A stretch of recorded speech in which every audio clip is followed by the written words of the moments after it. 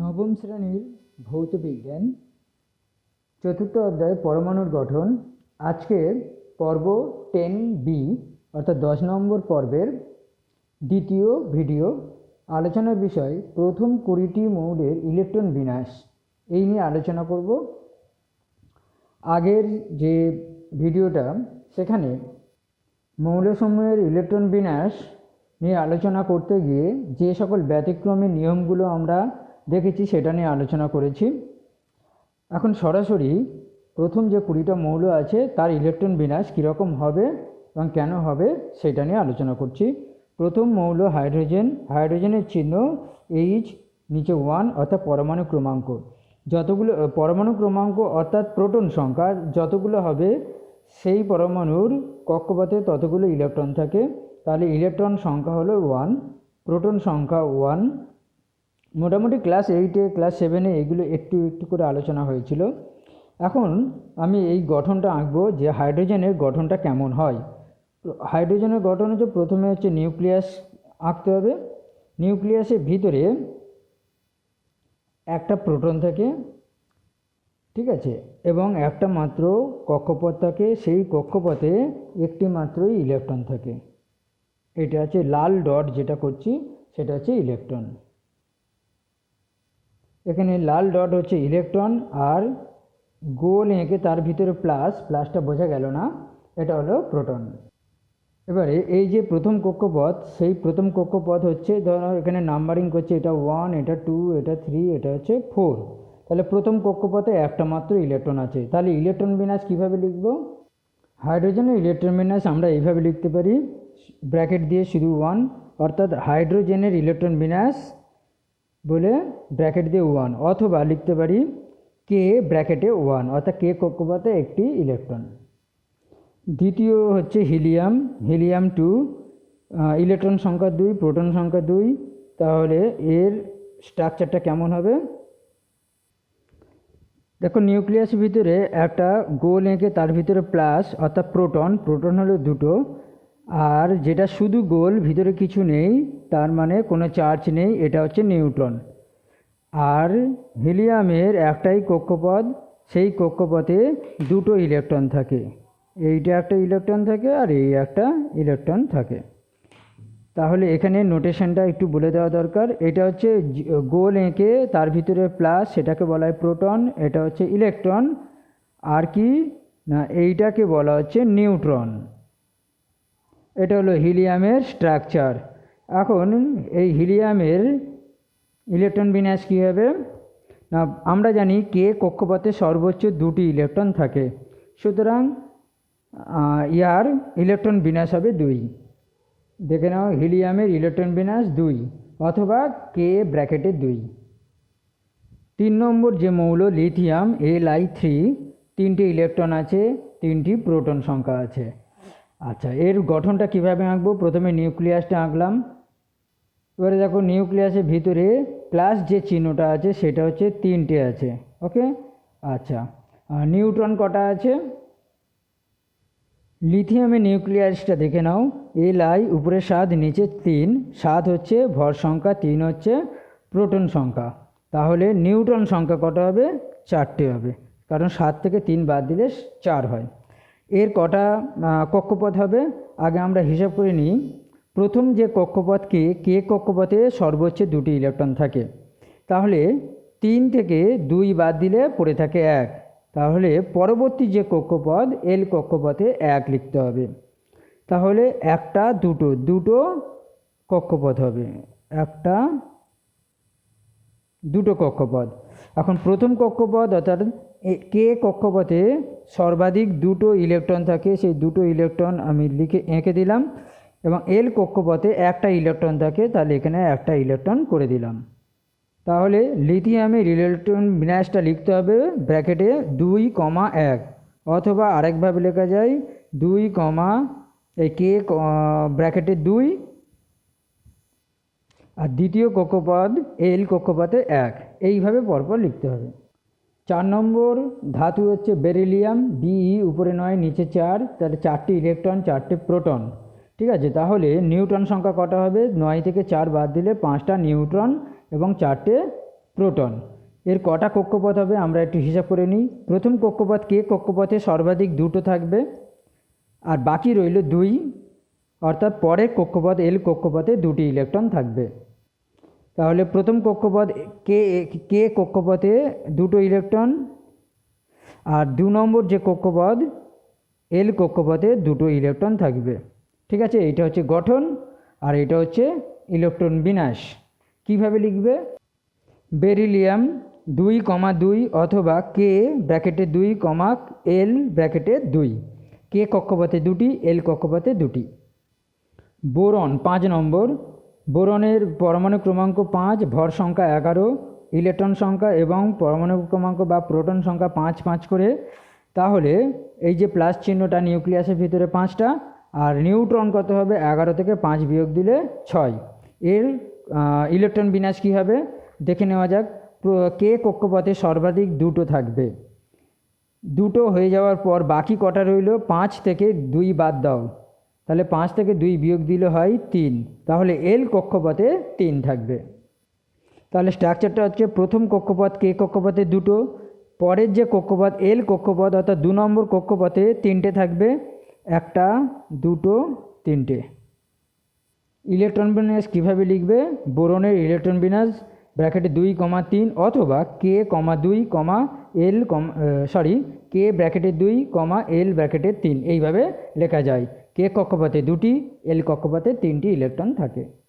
6 নম্বর carbon, উপরে 12 নিচে 6, অর্থাৎ ভর সংখ্যা 12, পরমাণু ক্রমাঙ্ক 6, ইলেকট্রন সংখ্যা 6, প্রোটন সংখ্যা 6। নিউক্লিয়াসের মধ্যে প্লাস চিহ্ন অর্থাৎ প্রোটন হলো 6টা আর নিউট্রন হলো 6টা। তাহলে এর ইলেকট্রন বিন্যাস কী হবে? প্রথম কক্ষপথে সর্বাধিক দুটো পূর্ণ হবে, দ্বিতীয় কক্ষপথে বাকিগুলো হবে, অর্থাৎ 6 থেকে এই 2 বিয়োগ দাও, হলো 4। অর্থাৎ গঠনটা হলো প্রথম কক্ষপথে সর্বাধিক দুটো ইলেকট্রন পূর্ণ হলো এবং দ্বিতীয় কক্ষপথে অর্থাৎ এল কক্ষপথে 1 2 3 4টে ইলেকট্রন পূর্ণ হলো। ইলেকট্রন বিন্যাস ব্র্যাকেটে 2, 4 অথবা কে ব্র্যাকেট 2, এল ব্র্যাকেট 4। 7 নম্বর নাইট্রোজেন, ভর সংখ্যা 14, প্রোটন সংখ্যা 7, ইলেকট্রন 7, প্রোটন 7। নিউক্লিয়াসের মধ্যে প্রোটন 7টা, নিউট্রন হবে 14 থেকে এই 7 বাদ, তাহলে 7। এবারে চলে যাই কোন কক্ষে কটা থাকে।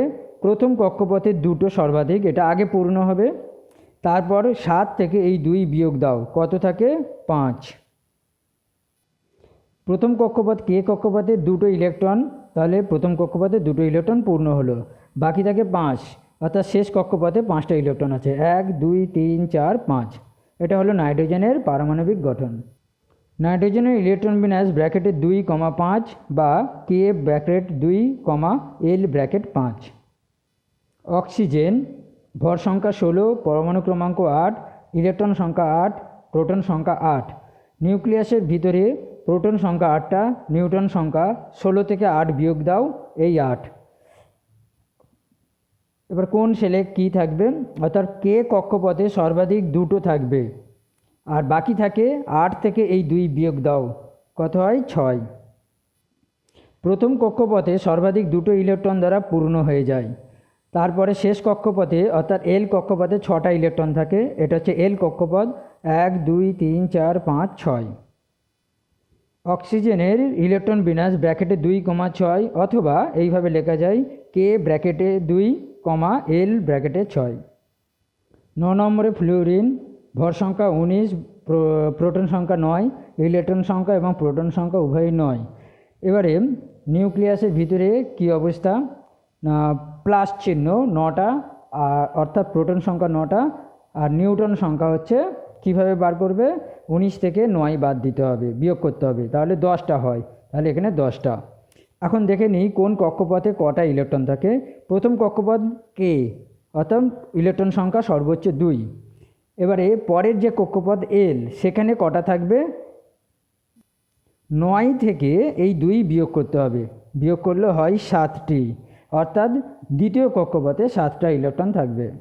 ইলেকট্রন বিন্যাসের গঠনটা দেখে নাও।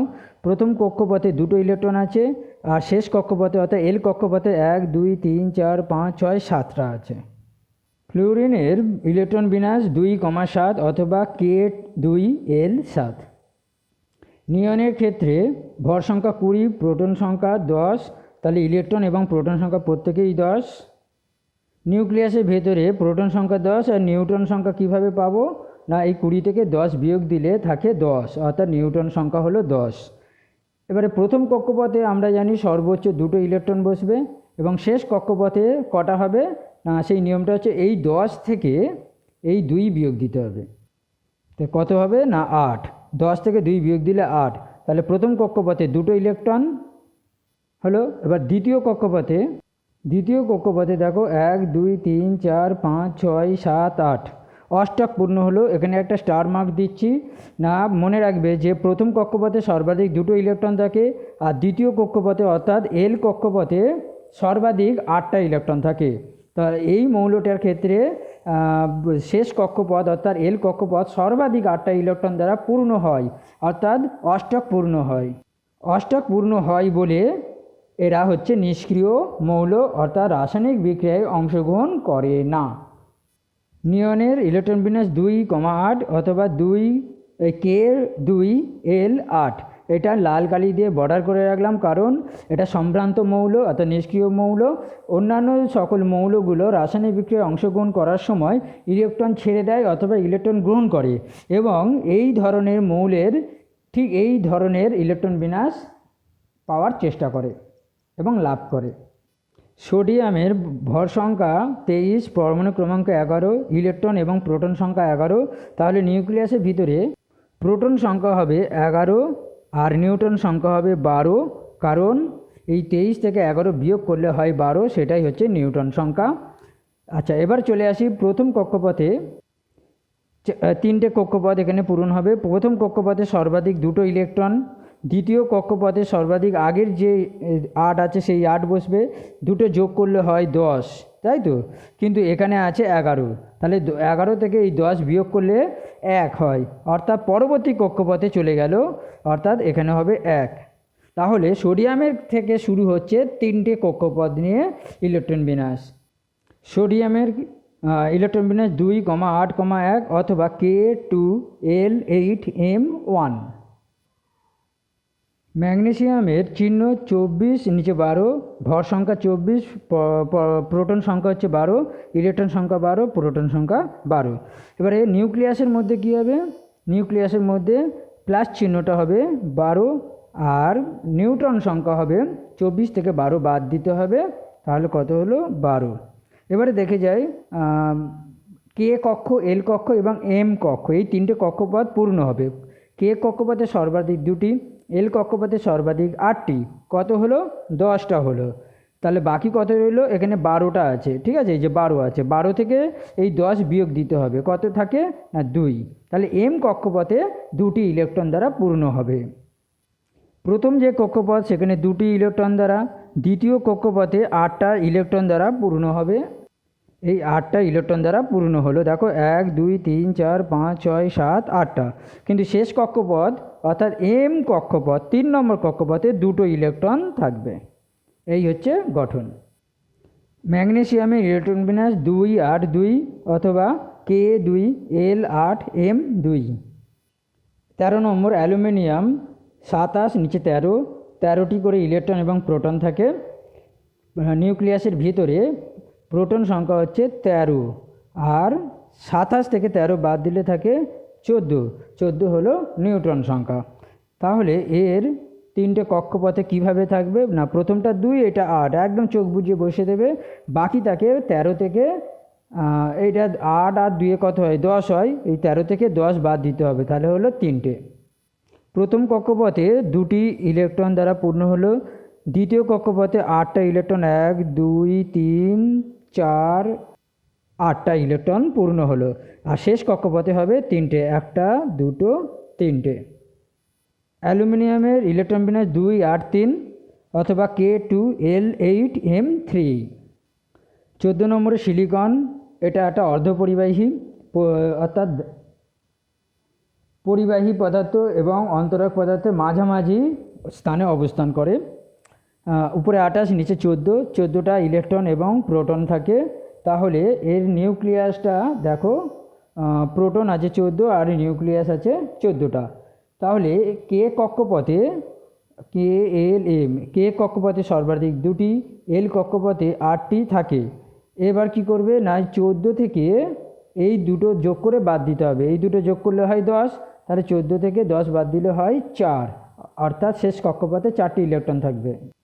প্রথম কক্ষপথে 2টো ইলেকট্রন, দ্বিতীয় কক্ষপথে সর্বাধিক এই 8টা ইলেকট্রন থাকে, গুণে দেখো 8টা আছে, এবং শেষ কক্ষপথে 4টি ইলেকট্রন থাকবে, 1টা 2টো 3টে 4টে।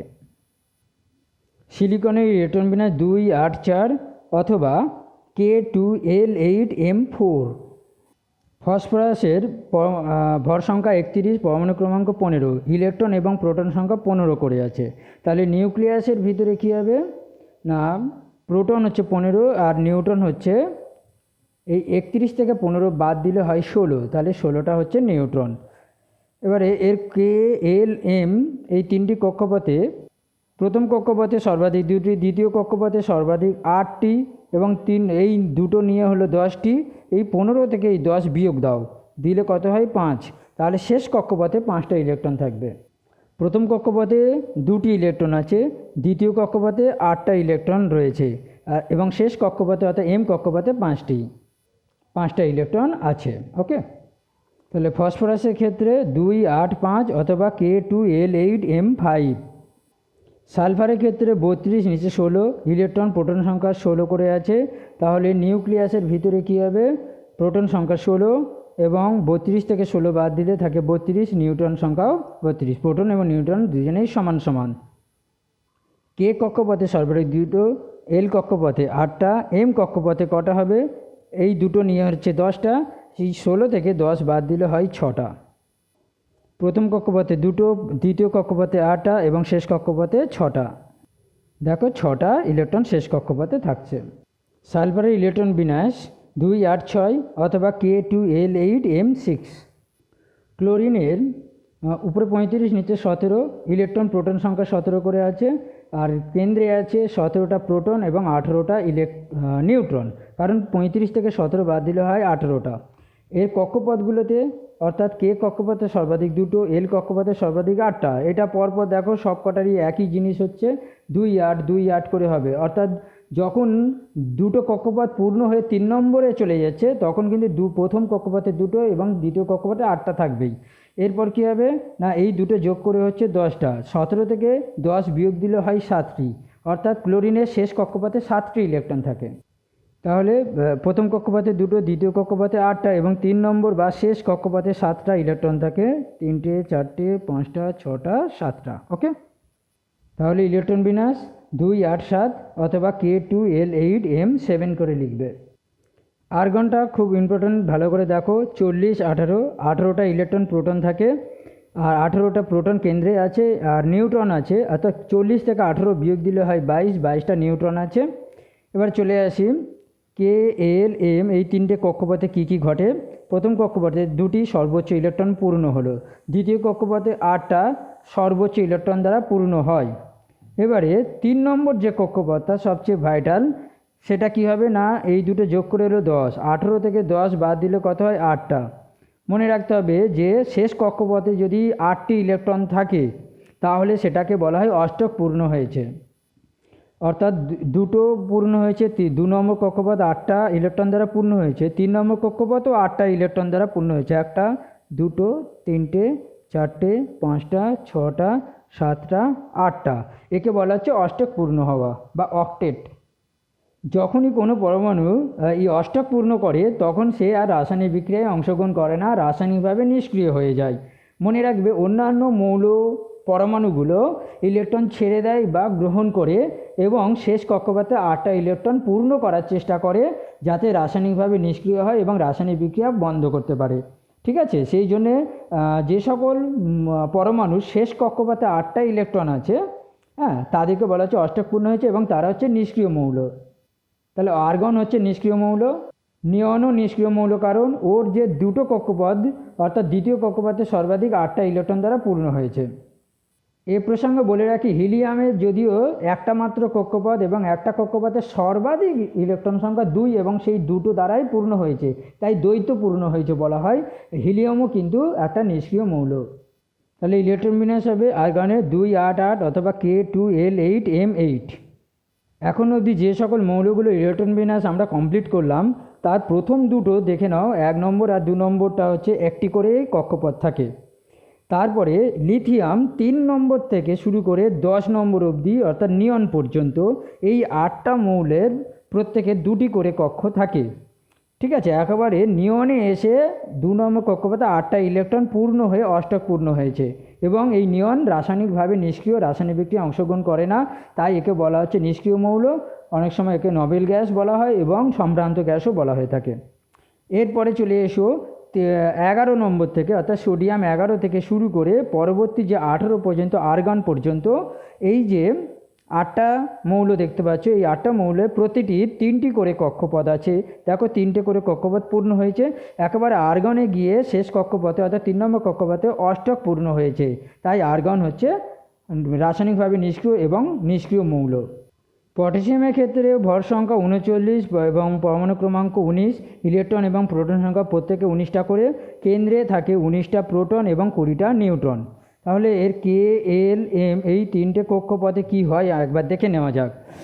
আগের যে কক্ষপথে পূর্ণটা আছে এইটা পুরোটাই থাকবে 2, 8, 8। ঠিক আছে, একটা কথা এখানে স্মরণ করায় যে কে কক্ষপথে সর্বাধিক 2টি, এল কক্ষপথে সর্বাধিক 8টি, এম কক্ষপথে সর্বাধিক 18টি ইলেকট্রন থাকতে পারে সম্ভাব্য, কিন্তু এখানে 18 হবে না। বা এটা একটা জিনিস হিসাব করো, 2 আর 8-এ কত হয়? 10 হয়। তাহলে 19 থেকে 10 বাদ দিলে কত হয়? 9 হয়। তাহলে এখানে 9 হতে পারত, কিন্তু এখানে 9 হবে না, কারণ যে ব্যতিক্রমী যে নিয়ম ছিল সেই নিয়মে একটা কথা বলা আছে যে শেষ কক্ষপথের আগের কক্ষপথ 8টা ইলেকট্রন হতে হবে। ঠিক আছে, তাহলে কি হবে সেটা কেন হবে আমি পরে বলছি। তাহলে এই যে 9টাকে ভাঙতে হবে 8 এবং 1-এ ভাঙতে হবে। ঠিক আছে, এই 8 করতে হবে আর এখানে হচ্ছে 1 করতে হবে, অর্থাৎ n কক্ষপথে 1টা হবে।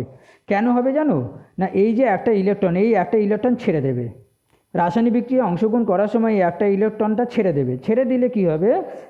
তখন ইলেকট্রন বিন্যাসটা হয়ে যাবে 2, 8, 8, অর্থাৎ নিষ্ক্রিয় মৌল আর্গনের ইলেকট্রন বিন্যাস লাভ করবে এবং রাসায়নিকভাবে নিষ্ক্রিয় হবে। সেই জন্যে একে এই 9টাকে ভাঙতে হবে 8 এবং 1-এ। এটা 8 হবে, এটা 1 হবে, অর্থাৎ একটা ইলেকট্রন ছেড়ে দিলে তখন ইলেকট্রন বিন্যাস 2, 8, 8 হবে এবং সেটা অষ্টক পূর্ণ হবে, তাই 8 এবং 1 লেখা হয়। তাহলে এর গঠনটা কেমন হবে? 4টে কক্ষপথ হবে, 1, 2, 3, 4। প্রথম কক্ষপথে 2টো, দ্বিতীয় এবং তৃতীয় প্রতিটি কক্ষপথে 8টা করে ইলেকট্রন আছে এবং শেষ কক্ষপথে একটা মাত্র ইলেকট্রন থাকবে। রাসায়নিক বিক্রিয়া অংশগ্রহণ করার সময় এই একটা ইলেকট্রন ছেড়ে দেবে। ছেড়ে দিলে কি হবে?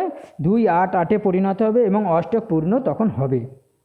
তাহলে ইলেকট্রন বিন্যাসটা লিখতে হবে 2, 8, 8, 1, K2L8M8N1। ওকে। ক্যালসিয়ামের ক্ষেত্রে দেখো 40 নিচে 20, ইলেকট্রন প্রোটন সংখ্যা 20, 20 করে। তাহলে এর কেন্দ্রকে প্রোটন সংখ্যা থাকবে 20টা আর নিউট্রন সংখ্যা থাকবে 20টা। আর কে কক্ষপথে সর্বাধিক 2টো ইলেকট্রন, এল কক্ষপথে সর্বাধিক 8টা। এইবারে কটা হলো? 10টা হলো। ঠিক আছে, 8, 2-এ কত হলো? 10 হলো। বাকি কত রইল? 20 থেকে এই 10 বাদ দাও, তাহলে 20 থেকে 10 বাদ দিলে হয় 10। এই 10কে কিভাবে ভাঙবে? ঠিক আছে, এই 10কে ভাঙতে গেলে দেখো 1, 9 হতে পারে, 2, 8 হতে পারে, তাই তো। তারপরে আবার ধরো 3, 7 হতে পারে। কিন্তু আগের ভিডিওতে আমি এইটা নিয়েছিলাম, এটা তার ব্যাখ্যাও দিয়েছিলাম যে 8 এবং 2-এতে পরিণত ভাঙবে। এই 10টা ইলেকট্রন ভাঙবে 8 এবং 2-এতে ভাঙবে। কেন? একটু আগে পটাশিয়ামের ক্ষেত্রে আমি বলেছিলাম কি না, এই দুটো ইলেকট্রন ছেড়ে দেবে। রাসায়নিক বিক্রিয়া যখন অংশগ্রহণ করবে ক্যালসিয়াম, তখন এর শেষ কক্ষপথের এই দুটো ইলেকট্রন ত্যাগ করবে বা ছেড়ে দেবে বা বর্জন করবে। বর্জন করে ক্যাটায়নে পরিণত হবে, অর্থাৎ ক্যালসিয়াম এই ক্যাটায়নে পরিণত হয়।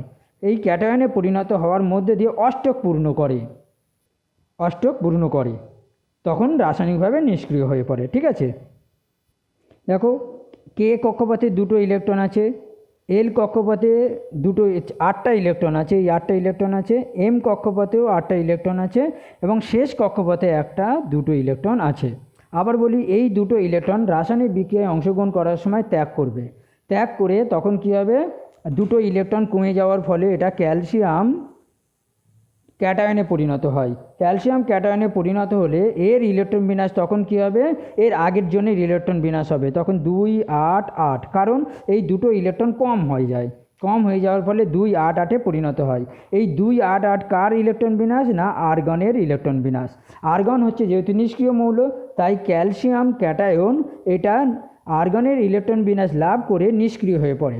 ওকে, তাহলে ক্যালসিয়ামের ইলেকট্রন বিন্যাস 2, 8, 8, 2 এইভাবে লিখতে হবে, অথবা K2L8M8N2, অর্থাৎ কোন কক্ষপথে কটা ইলেকট্রন আছে সেটা বোঝানো হচ্ছে। আচ্ছা, তাহলে এই যে দুটো তোমাদের সিলেবাসে আছে 1 থেকে 20 অবধি, তাহলে পটাশিয়াম এবং ক্যালসিয়াম এই দুটোর 4টে কক্ষপথ আছে, এর 4টে কক্ষপথ আছে।